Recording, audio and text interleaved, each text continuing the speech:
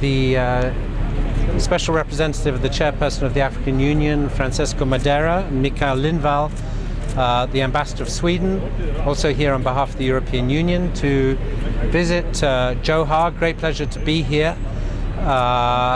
Jowhar is the scene of the electoral process. So we've been meeting the chair of the C8. We've been meeting representatives of women's groups. We've met the Speaker and Deputy Speakers of the Parliament, as well as had long conversations with President Shalay.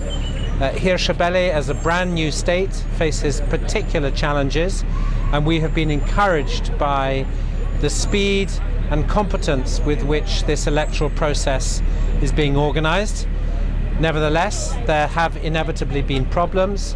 The incident on Thursday night was particularly worrisome, but as the President has said, it was a real wake-up call, both politically and in terms of practical organization.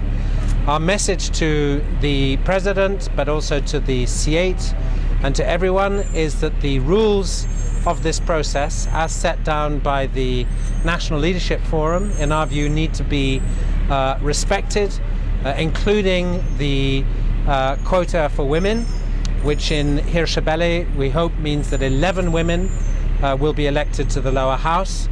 We recognize that there will be political challenges, but as the international community, we believe that despite those challenges, having the rules respected will bring great benefits to a new state and will be a signal to the rest of Somalia and to the international community about Hirshabelle.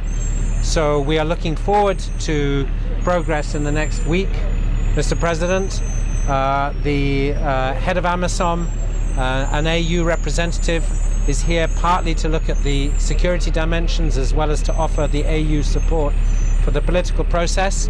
And the Swedish ambassador comes from a country which places very high premium on women's empowerment. So we are delighted to be able to catch up on everything and hope it all goes well in the coming days. Thank you very much.